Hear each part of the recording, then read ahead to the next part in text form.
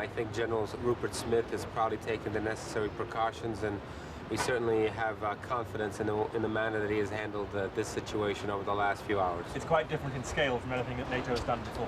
Yes, and that was the promise that was delivered. If in fact these types of terrorist actions continued, that this type of scale would be seen, and it's good that finally a promise is delivered on. Are you convinced that NATO will go as far as it's necessary to withdraw, to destroy all threats to Sarajevo?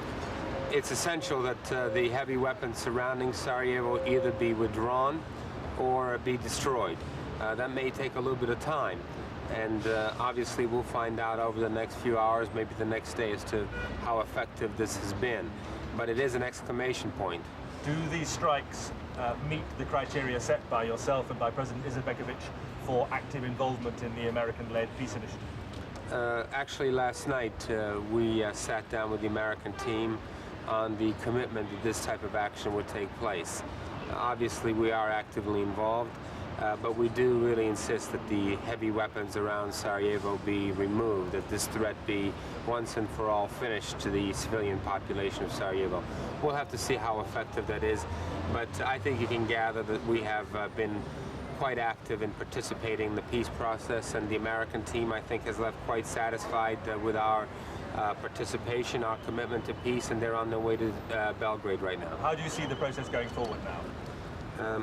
I think the American team has a lot in their pocket as far as the Bosnians are concerned, and really now something needs to be delivered from the side of the Serbian government or from the Pale Serbs. And the signals from Pale that you've heard about yesterday, do you think that for the first time perhaps the Bosnian Serbs may be willing to come to terms?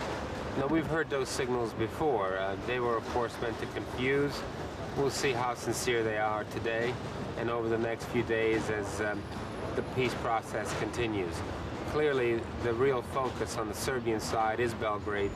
They have the capacity to either feed or choke the Serbian aggression in Bosnia, and so far, frankly, they have not choked it. They've allowed it to continue. It's about time they stop it.